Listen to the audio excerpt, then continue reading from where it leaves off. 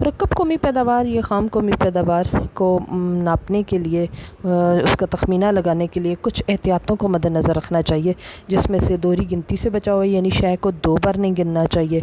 اگر شے کو جو ہے وہ جیسے ہم اگزامپل کپاس کی میں نے آپ کو دی، گندم ہے اس طرح سے، گندم کی اگر آپ جو ہے وہ دانوں کو گن لیتے ہیں تو پھر اس سے بنے ہوئے آٹے کو نہیں گننا چاہیے۔ بہتر کیا ہے کہ ہم آخری جو شکل ہے اس کو گن لیا جائے، اس طرح سے دوہری گنتی سے بچ جاتے ہیں۔ پھر ذاتی استعمال میں آنے والی اشیاء خدمات کا شمار، وہ بھی استعمال میں آنے، جیسے گھریلو خواتین ہیں، گھر میں کام کرتی ہیں، تو وہ قومی آمدنی میں اس کا کوئی جو ہے وہ عمل دخل نہیں ہوتا، لیکن اگر وہ کہیں اور پر کام کریں، ٹھیک ہے، تو ان کو وہاں سے پے ملے، تنخواہ ملے، تو وہ پھر قومی آمدنی میں شمار ہو جائے گی۔ ذخیرہ اندوزی، اسمگلنگ اور آمدنی کے بارے میں غلط اعداد و شمار فراہم کرنا۔ ذخیرہ اندوزی جو دکاندار کر کے رکھتے ہوتے ہیں، سرمایہ کار کرتے ہیں، اسمگلنگ کرتے ہیں، یا اپنی آمدنیوں کے بارے میں غلط اعداد و شمار یا آمدنی کو سچ نہ بتانا، اس سے بھی قومی آمدنی کی پیمائش یا خام قومی پیداوار کی پیمائش درست طریقے سے نہیں ہوتی۔ پھر جو بیرون ممالک سے آمدنیاں ہیں ان کو بھی خام قومی پیداوار میں شامل کرنا چاہیے۔ خرچ کے حساب سے دیکھا جائے تو نجی صرفی خرچ یعنی ایک عام شخص کا خرچ، حکومت کا خرچ یعنی حکومت جو لوگوں کی فلاح و بہبود پہ خرچ کرتی ہے، ایک عام شخص جو سرمایہ کاری کرتا ہے، اور حکومت جو سرمایہ کاری کرتی ہے، غیر ملکی دوسرے ممالک سے آنے والے لوگ جو ہمارے ملکوں میں سرمایہ کاری کرتے ہیں، اور برآمدات اور درآمدات کے فرق کو ہم قومی آمدنی کہیں گے۔ برآمدات جو ہم دوسرے ملکوں کو بھیجتے ہیں، اور درآمدات جو ہم دوسرے ممالک سے منگواتے ہیں۔ توازن اگر فاضل ہو جائے، یعنی برآمدات زیادہ ہوں، درآمدات کم ہوں، وصولیاں زیادہ ہوں، ادائیگیاں کم ہوں، تو ان میں جو رقم ہمیں ملے گی وہ بھی خام قومی پیداوار میں شامل ہوگی۔ تو یہ آپ کا فرسٹ ٹاپک جو ہے وہ میں نے بہت زیادہ نہیں پڑھایا، جسٹ کیونکہ نیا آپ کے پاس یہ ٹاپکس ہیں، ٹھیک ہے۔ تو قومی آمدنی کی اپنے ڈیفینیشن چاروں کرنی ہے، اور اس میں سے صرف ایک تصور جو ہے وہ میں نے پڑھایا۔ اس میں آپ کو کوئی بھی مشکل ہو، کوئی بھی مسئلہ ہو، کیونکہ سٹارٹ سے ہی آپ اس کو اچھے طریقے سے پڑھیں، سٹارٹ سے ہی جو بھی آپ کے مسئلہ ہے، آپ کو نہیں کوئی چیز سمجھ میں آتی تو وہ مجھ سے پوچھ لیں، تاکہ آگے جا کر ہمیں آسانی رہے، ٹھیک ہے۔ اوکے، اللہ حافظ۔